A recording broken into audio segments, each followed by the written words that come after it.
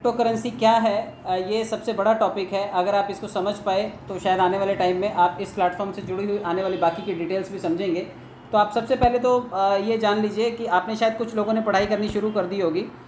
Crypto currency क्या है ये आप यूँ जान सकते हैं कि एक डिजिटल वर्जन है, ये एक आभासी मुद्रा है और क्रिप्टोग्राफी द्वारा ये सुरक्षित होती है। इसे डुप्लीकेट नहीं किया जा सकता, नकली नहीं बना करके आप इसे रोटेट कर सकते हैं और इसको डुप्लीकेट करने का खर्चा भी नहीं होगा। तो ये लगभग असंभव है कि आप इसका डुप्लीकेट वर्जन तैयार कर लें। तो ये एक आभासी मुद्रा है और डिजिटल कोडिंग के थ्रू ये होता है।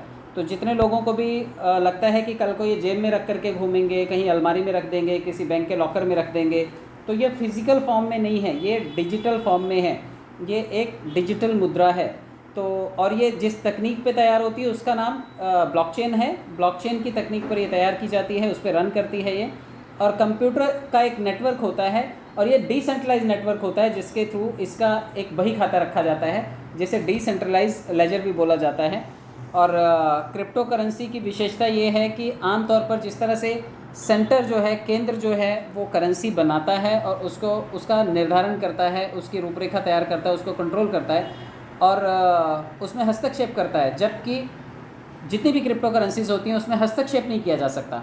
ये डिसेंट्रलाइज करेंसीज होती हैं जो पीयर टू पीयर रन करती हैं, people to people, computer to computer इनका डाटा रन करता है। तो आप इसे इन शॉर्ट समझने के लिए इस फिगर से भी समझ सकते हैं कि ये एक डिजिटल कोडिंग होती है। Crypto currency is a digital money created from codes. एक ऐसी डिजिटल मुद्रा जो कोड्स के थ्रू तैयार की जाती है उसे डिजिटल क्रिप्टो करेंसी कहा जाता है, क्रिप्टो करेंसी कहा जाता है। यानी कि digital money created from codes, जिसमें कोडिंग की गई हो और डिजिटल हो, वो क्रिप्टो करेंसी है। और क्रिप्टो करेंसी में देखिए ये बीच वाला जो सेकंड जो चित्र दिखाई दे रहा है, ये मॉनिटर की जाती है पीयर टू पीयर, एक दूसरे के थ्रू ये ट्रांसफ़र की जाती है। हम इसी तरह लेन देन करते हैं, आपस में एक दूसरे से लेन देन कर सकते हैं। इसमें किसी बीच में बैंकिंग व्यवस्था की ज़रूरत नहीं होगी और इंटरनेट प्रोटोकॉल इस चीज़ की देखरेख करता है। जो भी हम चीज़ों का लेन देन करते हैं वो एक ब्लॉकचेन से जुड़ा रहता है, एक डिजिटल लेजर बनता है हमारे सब की, उसमें डिटेलिंग और कोडिंग होती है। तो एक आदमी का कोड एक ब्लॉक में होता है, पूरी इन्फॉर्मेशन, पूरा KYC, पूरी डिटेल्स, ट्रांजैक्शन हिस्ट्री, उसका कितना अमाउंट है, कितना फ़ंड है, ये सभी चीज़ होती है। तो वहाँ से कितना ट्रांसफ़र किया वो नेक्स्ट वाले आदमी को वो पूरी तरह से मॉनिटर किया जाता है। ये क्रिप्टो करेंसी जो है, तीसरा चित्र आप अगर देखेंगे, ये एनक्रिप्टेड होता है। एनक्रिप्टेड का मतलब ये इतना सुरक्षित होता है, इसमें आपने स्पेशल चाबी लगा रखी होती है और इसकी वजह से इसमें हैश कोड होता है और मतलब ये डिफरेंट टाइप ऑफ कोडिंग होती है, एनक्रिप्टेड होती है। इसे बोलते हैं कि ऐसी भूल भुलैया वाली कोडिंग होती है कि जिसको क्रैक नहीं किया जा सकता। तो इसमें चाबी लगी होती है और इसको सेंधमारी करना इसमें आसान नहीं होता।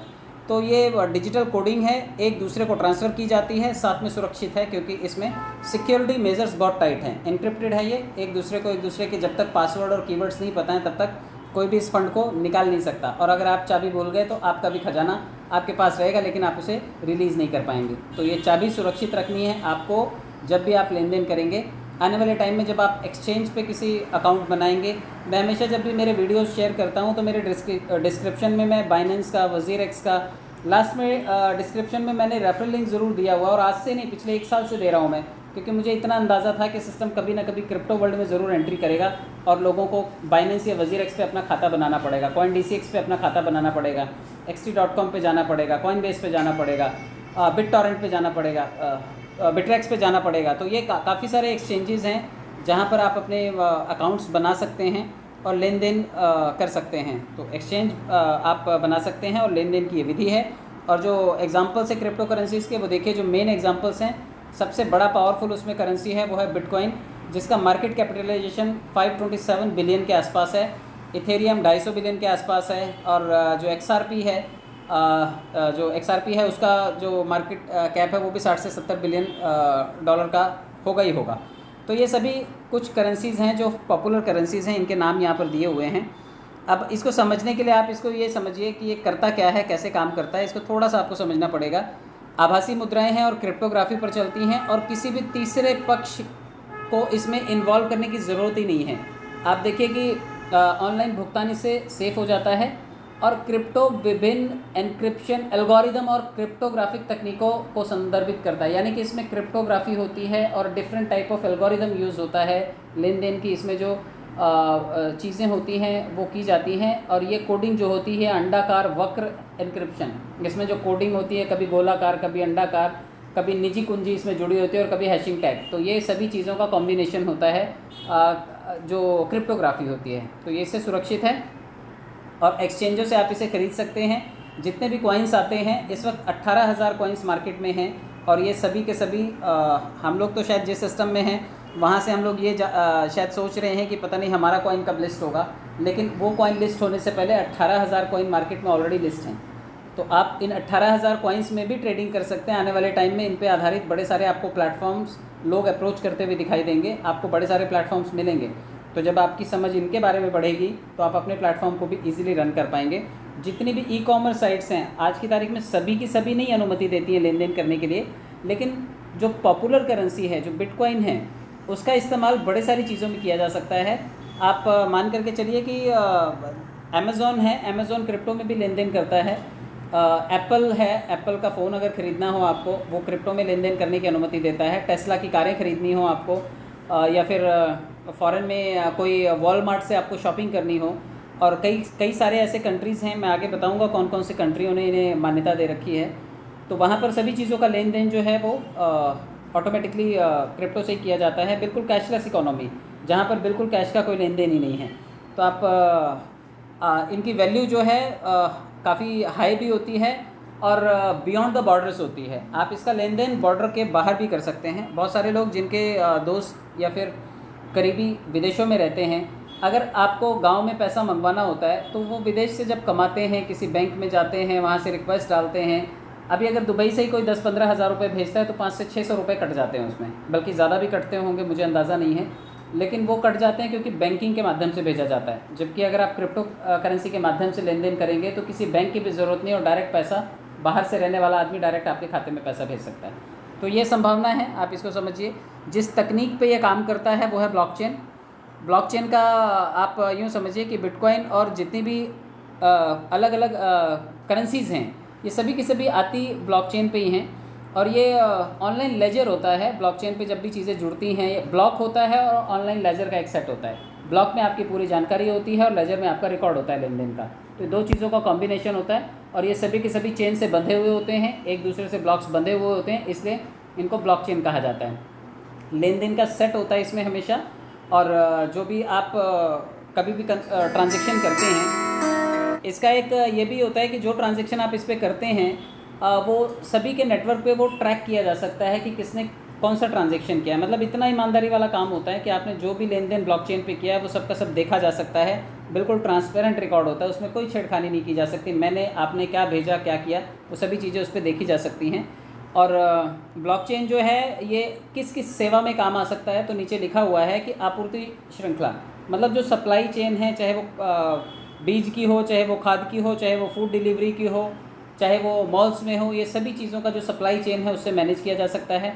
ऑनलाइन वोटिंग के लिए आने वाले टाइम में अभी देखिए वोटिंग में धांधली होती है। आपको मालूम होगा कि जब भी वोटिंग होती है तो जब बैलेट बॉक्स हुआ करते थे तो वो लूटे जाते थे और हेर फेर वाली वोटिंग होती थी।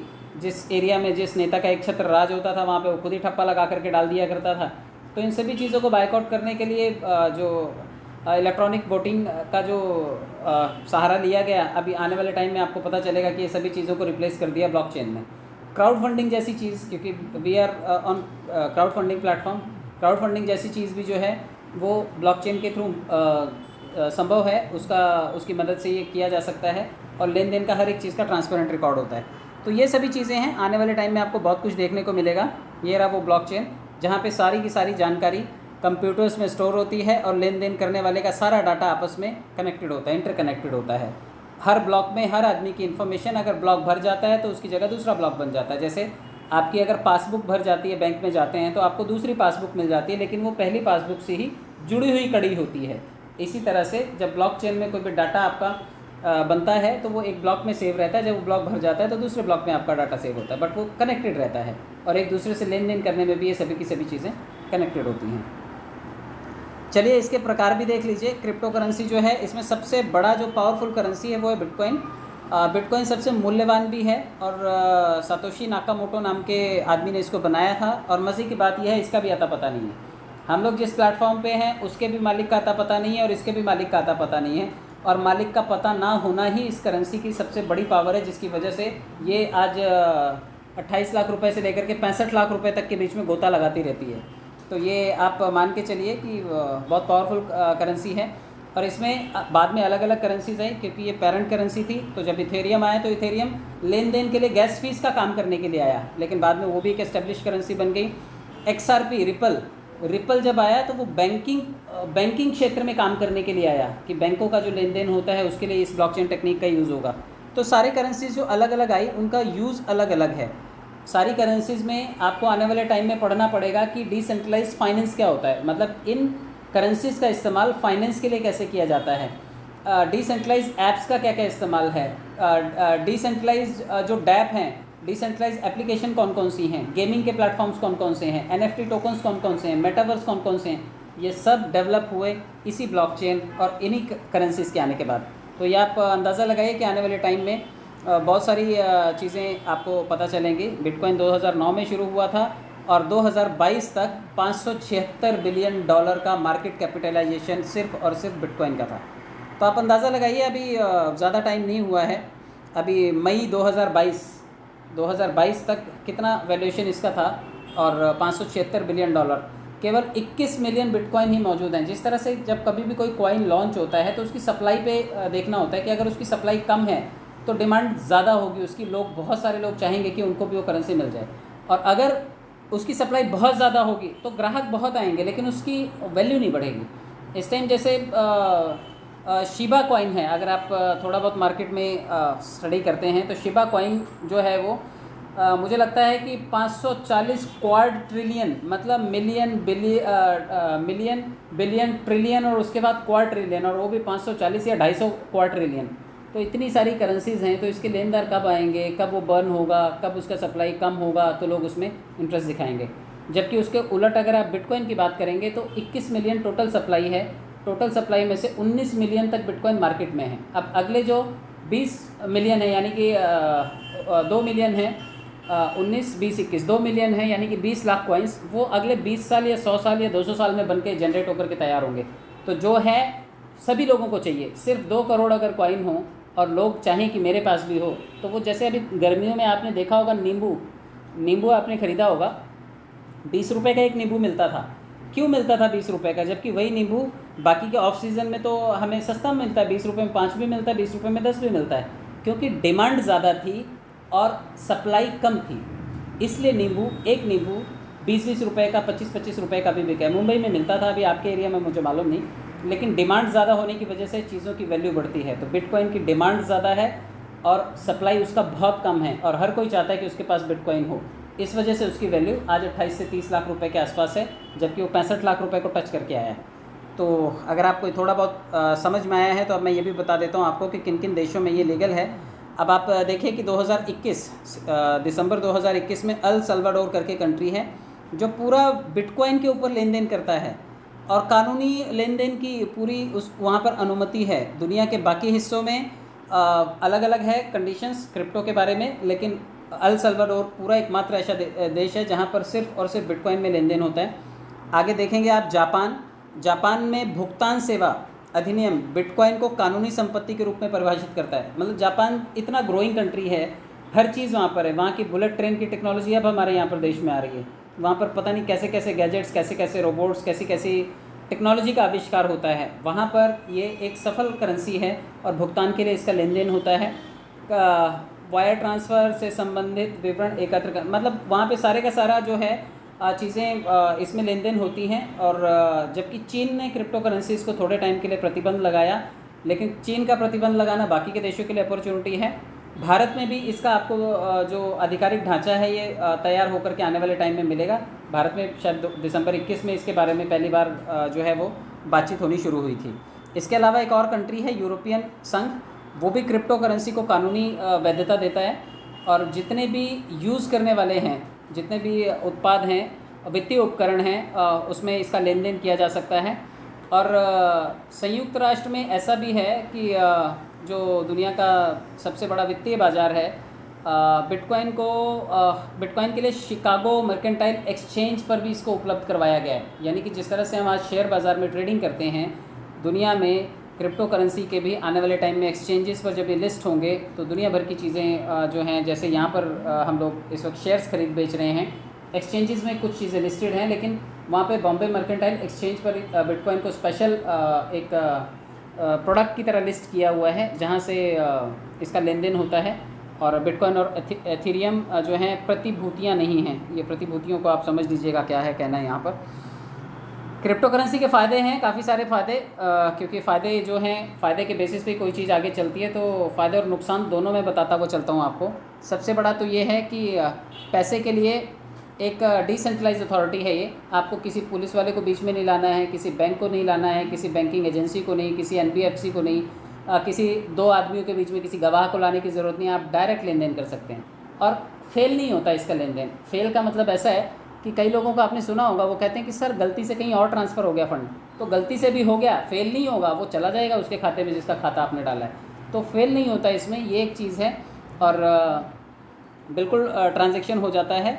जैसे कि बड़ा बैंक, कभी कभी क्या होता है बैंकिंग में, जब कभी भी झमेले होते हैं, बैंक संकट का सामना करता है, नोटबंदी का सामना करता है, या किसी और प्रॉब्लम की वजह से बैंकों पर जब गड़बड़ होती है, तो ऐसे टाइम पे यही एक इकलौता ऐसा माध्यम होता है जिससे लेन देन संभव होता है। मैं हमेशा एग्जांपल देता हूँ कि इस टाइम यूक्रेन की हालत देख लो, रशिया की हालत देख लो, या अफ़गानिस्तान की हालत देख लीजिए, या श्रीलंका की हालत देख लीजिए। बहुत सारा मिलियन बिलियन ट्रिलियंस में इन लोगों को क्रिप्टो करेंसी से फ़ंड मिलता है, डोनेशन मिलता है। और बहुत सारे लोग जिन्होंने खुद माइनिंग करके या स्टोर करके या इन्वेस्ट करके क्रिप्टो करेंसीज अपने पास रखी हुई थी, वो दुनिया में आज इन कंट्रीज़ में जो कभी भी अस्थिरता की सिचुएशन में आते हैं देश, ऐसे टाइम पे क्रिप्टो करेंसी आधार बनेगी, क्योंकि बैंकिंग सिस्टम वहाँ पे फेल हो जाता है। बैंक में आप देखिए एक साथ 8 छुट्टियाँ आ जाएँ तो हालत ख़राब हो जाती है लोगों की। जब नोटबंदी आई थी, अपने पैसा निकालने के लिए आपको लाइनों में लगना पड़ा था। जब कभी बैंक करप्ट हो जाते हैं तो अपने पैसा लेने के लिए, चाहे वो बेटी की शादी हो, बीमार का इलाज हो, सर्जरी हो, या एजुकेशन के लिए हो, नहीं निकाल पाते हैं आप पैसा। तो इसके उलट डिसेंट्रलाइज अथॉरिटी क्रिप्टो करेंसी आपको ऐसा अवसर देती है कि आप बिना किसी हस्तक्षेप के धन हस्तांतरण कीजिए, और जो भी उसमें क्रिप्टोग्राफी होती है वो आपके इस पैसे के लेन देन को हमेशा सिक्योर करती है। कुछ चीज़ों में हमेशा सरकारें क्यों चाहती हैं कि इसके ऊपर थोड़ा सा नकेल भी कसी रहे, क्योंकि मनी लॉन्ड्रिंग जो है ना, वो सबसे ज़्यादा क्रिप्टो करेंसी से होता है। आजकल जो चोर उचक्के भी होते हैं वो भी इसी में पेमेंट लेना शुरू करते हैं कि भाई हमें पैसा वैसा नहीं चाहिए, आप खाली हमारे को क्रिप्टो करेंसी ट्रांसफ़र कर दीजिए। डार्क वेब में ड्रग्स, मतलब जो दुनिया का सबसे इंटरनेट का हमें तो मुश्किल से 4% 5% ही दिखाई देता है। डार्क वेब जो होता है, इंटरनेट की ऐसी ऐसी प्रोफाइल्स हैं जिनको हम खोल नहीं पाते। हमें तो इंटरनेट पे जो सर्च करते हैं सिर्फ उतना ही दिखता है, लेकिन वो सिर्फ 4% मात्र है।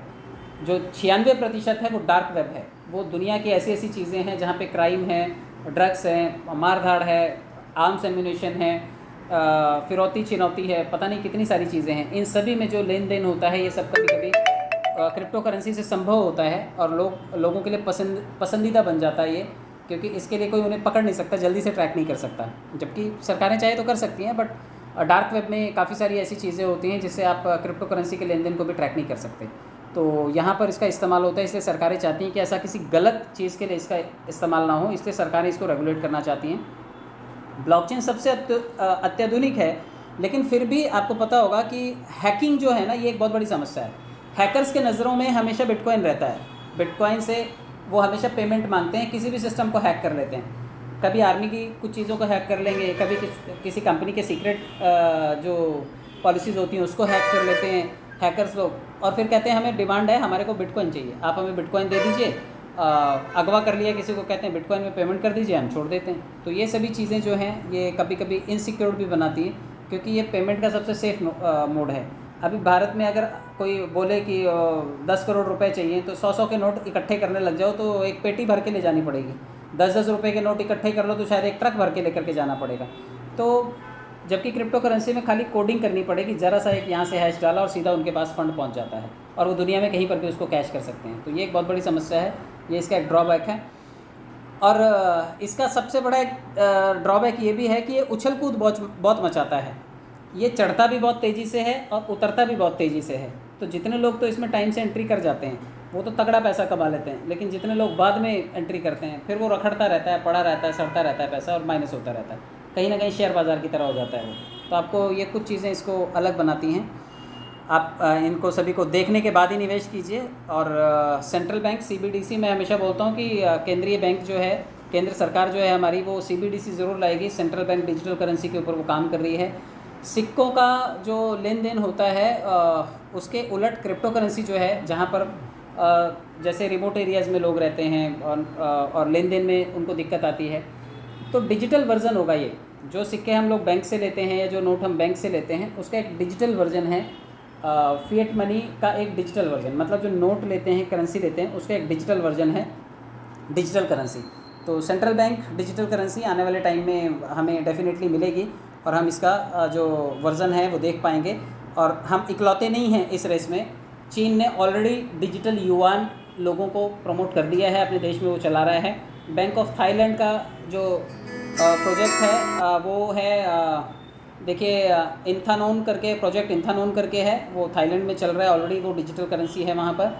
तो मार्शल आइलैंड्स में मार्शलीज सॉवरेन करके है जो वहाँ पर चल रहा है। तो डिजिटल करेंसीज कई देश एक्सपेरिमेंट कर चुके हैं, भारत भी उससे पीछे नहीं रहेगा, क्योंकि क्रिप्टो करेंसी को कोई बॉर्डर रोक नहीं सकता। इंटरनेट पे चलने वाली मुद्रा को कोई सरकार कंट्रोल नहीं कर सकती, रेगुलेट करने के पीछे जा सकती है। क्योंकि जब केंद्र सरकार ने उसको बैन किया था कि भाई ये हम इसे नहीं चलने देंगे, तो सुप्रीम कोर्ट ने फटकार लगाई थी कि आप इसे रेगुलेट कीजिए, और उसने वो जो बैन है तत्काल प्रभाव से हटा लिया था।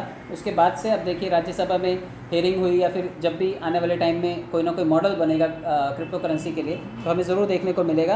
बैन सरकार नहीं कर पाएगी, क्योंकि सरकार उसको रेगुलेट करना चाहती है। अगर एप्पल जैसी कंपनी उसके साथ काम कर रही है, माइक्रोसॉफ्ट काम कर रहा है, वॉलमार्ट काम कर रहा है, अमेज़ॉन जैसी कंपनी काम कर रही है, तो यही तो बड़े ब्रांड हैं जिनके साथ हम भी काम करना चाहते हैं। तो इन बड़े ब्रांड्स में अगर वो चीज़ चल रही है, तो हम भी कहीं ना कहीं से इसको रेगुलेट करके टैक्स के दायरे में ज़रूर लाएंगे। चलिए, अगर टैक्स की बात करते हैं तो टैक्स भी आप समझ लीजिए, पैसे का ही रूप माना जाता है क्रिप्टो करेंसी को। तो ये 20 मई 2021 को अमेरिकन ट्रेजरी का एक जो अमेरिका में जहाँ पर जो लेन देन का जो प्रोसेस है देखने वाली जो ट्रेजरी है, जो बैंकिंग व्यवस्था है, उसने कहा था कि भाई $10,000 से ऊपर का जो भी लेन देन हो रहा है उसके ऊपर रिपोर्ट देने की आवश्यकता है, और जो भी टैक्स देने वाले लोग हैं उनके ऊपर कंसीडर किया जाएगा, और इससे ऊपर का जो लेन देन होगा उसके ऊपर ज़रूर टैक्स का स्लैब होगा। कितने टाइम तक कोई क्रिप्टो करेंसी को रखता है इस पर डिपेंड करता है, क्योंकि सरकार तो प्रॉफिट पे, और हमारे यहाँ तो सरकार ने कहा कि आप किसी को गिफ्ट भी देंगे तो हम टैक्स लेंगे, किसी ने खरीदा है तो भी टैक्स लेंगे, कोई लेन देन कर रहा है तो भी टैक्स लेंगे, मतलब हर तरफ से हम तो टैक्स लेंगे। अभी कोई मॉडल बना नहीं है, लेकिन हम टैक्स ज़रूर लेंगे। तो सरकार को ये तो पता है कि एक ऐसा मॉडल है जिसमें 10 करोड़ निवेशक हैं, और 24 साल के लोग जो हैं उसमें 60% हैं, यानी 10 करोड़ में से 60% जो है वो सिर्फ 24 साल के लोग हैं, और लगभग 9,000 रुपये प्रति व्यक्ति उसमें निवेशित है। तो बहुत बड़ा पैसा जो है हम लोगों ने इस क्रिप्टो मार्केट में इन्वेस्ट किया हुआ है इंडियंस ने। अगर हमारा प्लेटफॉर्म आता है तो आप मान करके चलिए 55 lakh user plus 10 crore users, इन लोगों को तो पता है क्रिप्टो करेंसी क्या है। और अगर इतनी बड़ी कम्युनिटी कभी क्रिप्टो करेंसी लॉन्च करेगी तो 10 करोड़ लोग उसमें ज़रूर हाथ आजमाएंगे, और जिस लेवल पे हम एंट्री करेंगे उस लेवल को बूम होने में, आगे बढ़ने में मुझे नहीं लगता कि कोई रोक पाएगा। अगर ये संभव हुआ और जुमलेबाजी नहीं हुई तो डेफिनेटली आने वाले टाइम में हम क्रिप्टो मार्केट में एक बहुत बड़ा एक्सपेरिमेंट और एक बहुत बड़ा इनिशिएटिव देखेंगे अपने इस प्लेटफॉर्म के माध्यम से। भारत में भी जितने लोगों को लगता है कि क्रिप्टो करेंसी अगर हम यूज़ करेंगे तो क्या ये टैक्सेबल होगी, यस बिल्कुल टैक्सेबल होगी, और 30% टैक्स देना पड़ेगा, प्लस 1% TDS जो है। अभी तक सुनने में यही है, कल को अगर इसमें कोई अमेंडमेंट होता है, कोई इसमें ढील मिलती है, या इसमें कोई और चीज़ें ऐड ऑन होती हैं तो वो हो सकता है कि अलग चीज़ें हों, लेकिन ये बात पक्की है कि आने वाले टाइम में क्रिप्टो जो होगा वो टैक्सेबल होगा, और हम टैक्स के दायरे में आएंगे, यानी कि हम लीगल प्लेटफॉर्म पर होंगे। तो हमारे लिए अच्छी बात है कि ये क्रिप्टो में आ जाए और हम टैक्स देने की स्थिति में आ जाएँ। 1 करोड़ कमाएंगे, 30 लाख रुपये टैक्स देंगे और खुशी खुशी देंगे। तो ये एक संभावना है। सभी बातों का निष्कर्ष भी मैं बता देता हूँ कि क्रिप्टो करेंसी का बाज़ार तेज़ और जंगली है। आपको ये पता होना चाहिए कि ये बाज़ार बहुत जंगली है। हर दिन रोज़ नई क्रिप्टो करेंसी सामने आती है, पुरानी मर भी जाती है। जल्दी से एक्सेप्ट करने वाले, फर्स्ट कम फर्स्ट सर्व, जल्दी जो इसे लेगा वो अमीर भी बनेगा, और जो इसमें सिर्फ इन्वेस्टर बनेगा वो पैसा खो देगा। मैं हमेशा कहता हूँ कि किसी भी चीज़ में काम करके पैसा कमाइए। अगर आप बतौर निवेशक आ रहे हैं तो हो सकता है कि आपको निराशा हो। तो क्रिप्टो करेंसी का बाज़ार भी ऐसा ही है, जब मार्केट चढ़ता है तो लोग उसे बेच के निकल लेते हैं और जब वो गिरता है तो फिर से लोग ख़रीदारी करने लगते हैं। तो आपको ये भी देखना है। दुनिया बदलने की बहुत बड़ी कहानी है ये। तो क्रिप्टो करेंसी अक्सर क्या है, उसमें पंप एंड डंप वाली पॉलिसी बहुत होती है। जो सट्टेबाज होते हैं ना, वो किसी भी क्रिप्टो में जानबूझ करके खरीदारी करते हैं, तो वो उसका भाव ऊपर जाता है। लोगों को लगता है यार ये इसका तो भाव बढ़ रहा है, भाव बढ़ रहा है, भाव बढ़ रहा है, हम भी खरीद लेते हैं। और जब आप खरीदना शुरू करते हैं तो वो डंप कर देते हैं उसको, वो अपना पैसा निकाल लेते हैं और आपका अटका देते हैं। तो पंप एंड डंप की पॉलिसी होती है, इसलिए उनको ज़ॉम्बी सिक्का भी कहा जाता है। ज़ॉम्बी मतलब भूतिया, जो भूत टाइप के होते हैं ना, ज़ॉम्बीज़, मरे हुए राक्षस। तो कभी कभी कई कॉइन्स में निवेश करना आपके लिए ज़ॉम्बीज़ का रूप भी ले सकता है। इसलिए पैसा आपका है और आपको अपना बजट, अपनी जेब देख करके बिल्कुल इस चीज़ में एक्सपेंस करना है। तो ये थी थोड़ी सी जानकारी, मैंने कोशिश की आपको बेसिक समझाने की। आप लोगों ने मुझे सुना और समय दिया, बहुत बहुत धन्यवाद। बाकी आने वाले टाइम में मैं छोटे छोटे वीडियोज़ इसके बनाता रहूँगा, ताकि करेंसी और इसका कैसा एक्सचेंज है, इसका KYC कैसा होगा, ट्रस्ट वॉलेट कैसा होगा, फ़ंड को कैसे इंपोर्ट करके आप ट्रस्ट वॉलेट में ला सकते हैं, किस तरह से आप ट्रस्ट वॉलेट की को सेव कर सकते हैं, किस तरह से आपको कोई फ़ंड ख़रीदना है बाइनेंस पे जा कर के, फ़ंड ऐड कैसे करना है, कोई भी टोकन कैसे ख़रीदना है, मार्केट में बेचना कैसे है, डिसेंट्रलाइज एप्लीकेशंस कैसी कैसी हैं, पैनस्वैप केक पे कैसे शॉपिंग करनी है, ट्रस्ट वॉलेट से कोई भी सामान कैसे ख़रीदना है, और डिफरेंट एक्सचेंजेस पे अपने वॉलेट को कैसे बनाना और KYC करना है। तो ये सभी टॉपिक्स हैं आने वाले टाइम के। मैं कोशिश करूँगा आने वाले टाइम में थोड़े थोड़े वीडियोज़ में इस पर ज़रूर बनाऊँगा। आप सब लोगों ने मुझे सुना, समय दिया, बहुत बहुत धन्यवाद आप सबका। Thank you so much.